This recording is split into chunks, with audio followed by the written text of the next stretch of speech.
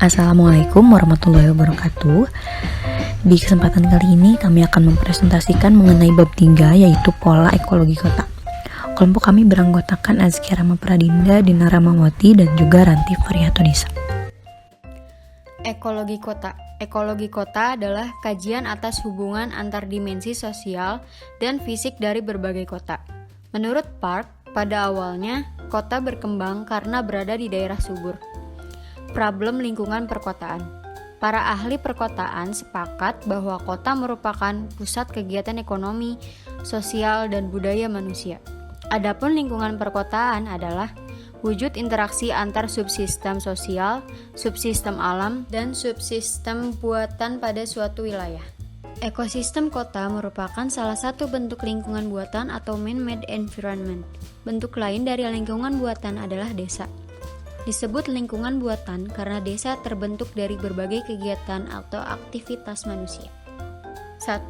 Ekologi manusia dan sosial. Zip dalam Daljoni menjelaskan bahwa manusia pada satu sisi merupakan makhluk individu dan pada sisi lain sebagai makhluk sosial.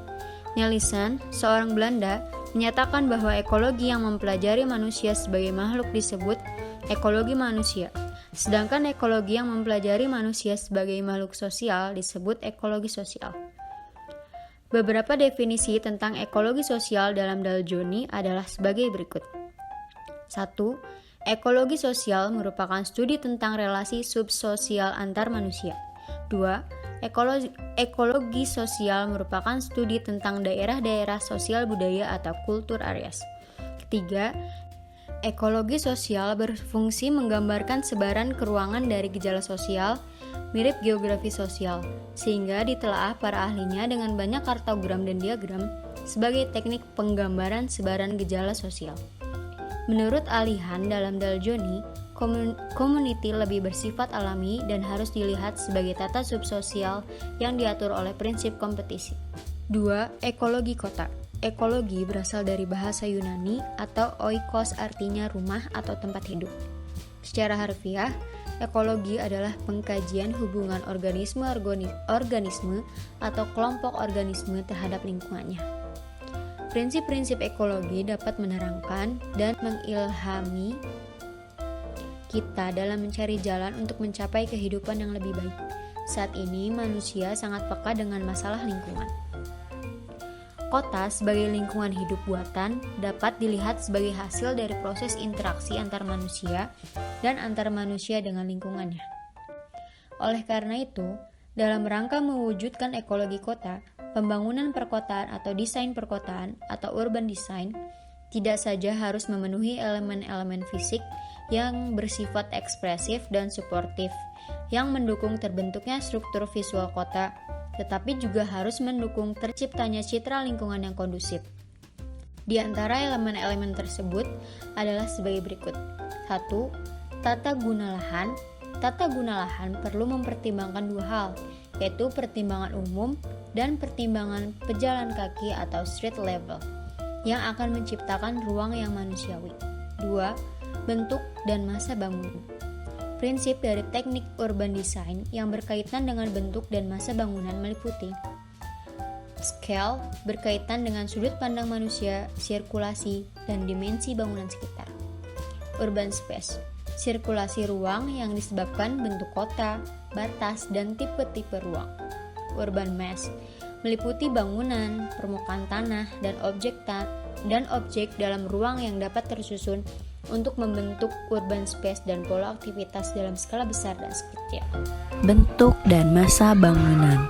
Prinsip dan teknik urban design yang berkaitan dengan bentuk dan masa bangunan meliputi scale adalah yang berkaitan dengan sudut pandang manusia, sirkulasi, dan dimensi bangunan sekitar. Yang kedua ada urban space, yaitu sirkulasi ruang yang disebabkan bentuk kota, batas, dan tipe-tipe ruang.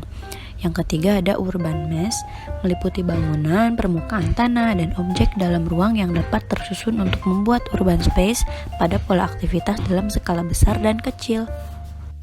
Poin C, sirkulasi dan parkir. Elemen sirkulasi adalah satu aspek yang kuat dalam membentuk struktur lingkungan perkotaan. 3 prinsip utama pengaturan teknik sirkulasi adalah Yang pertama, jalan harus menjadi elemen ruang terbuka yang memiliki dampak visual yang positif. Yang kedua, jalan harus memberikan orientasi kepada pengemudi dan membuat lingkungan menjadi jelas terbaca. Yang ketiga, sektor publik harus terpadu dan saling bekerja sama untuk mencapai tujuan bersama. Poin E, simbol dan tanda. Ukuran dan kualitas dari papan reklame diatur untuk menciptakan kesesuaian, mengurangi dampak negatif visual, menghilangkan kebingungan, serta persaingan dengan tanda lalu lintas atau tanda umum yang penting.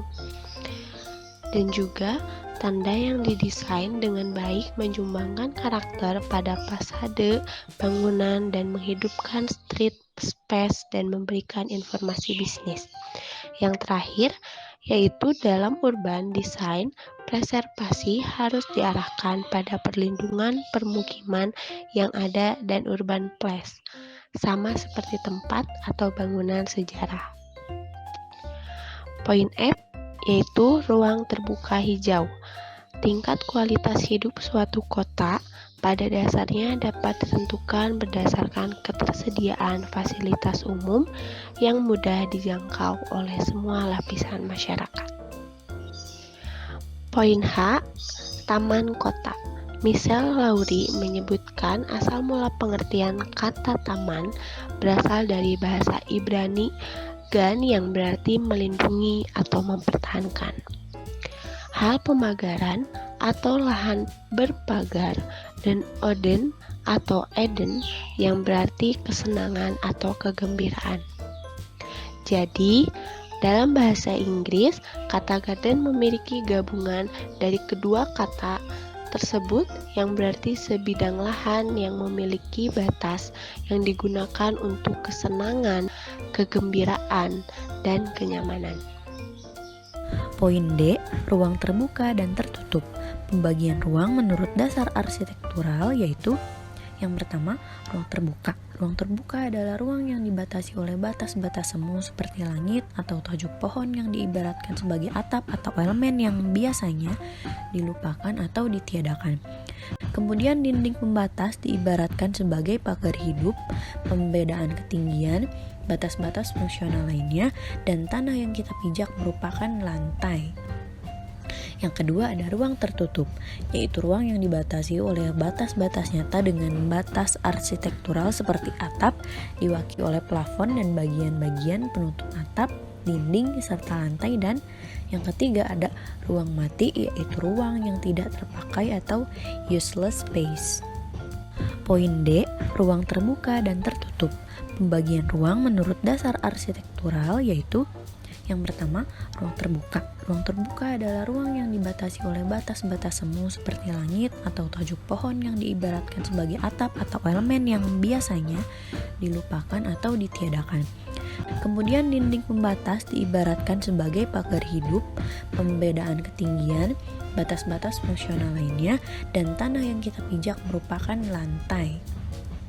Yang kedua ada ruang tertutup, yaitu ruang yang dibatasi oleh batas-batas nyata dengan batas arsitektural seperti atap, diwakili oleh plafon dan bagian-bagian penutup atap, dinding, serta lantai. Dan yang ketiga ada ruang mati, yaitu ruang yang tidak terpakai atau useless space. Poin E, simbol dan tanda. Ukuran dan kualitas dari papan reklame diatur untuk menciptakan kesesuaian, mengurangi dampak negatif visual, menghilangkan kebingungan, serta persaingan dengan tanda lalu lintas atau tanda umum yang penting. Dan juga, tanda yang didesain dengan baik menjumbangkan karakter pada fasade, bangunan, dan menghidupkan street space dan memberikan informasi bisnis. Yang terakhir, yaitu dalam urban design, preservasi harus diarahkan pada perlindungan permukiman yang ada dan urban place, sama seperti tempat atau bangunan sejarah. Poin H, taman kota. Michelle Lowry menyebutkan asal mula pengertian kata taman berasal dari bahasa Ibrani gan yang berarti melindungi atau mempertahankan. Hal pemagaran atau lahan berpagar, dan Oden atau Eden yang berarti kesenangan atau kegembiraan.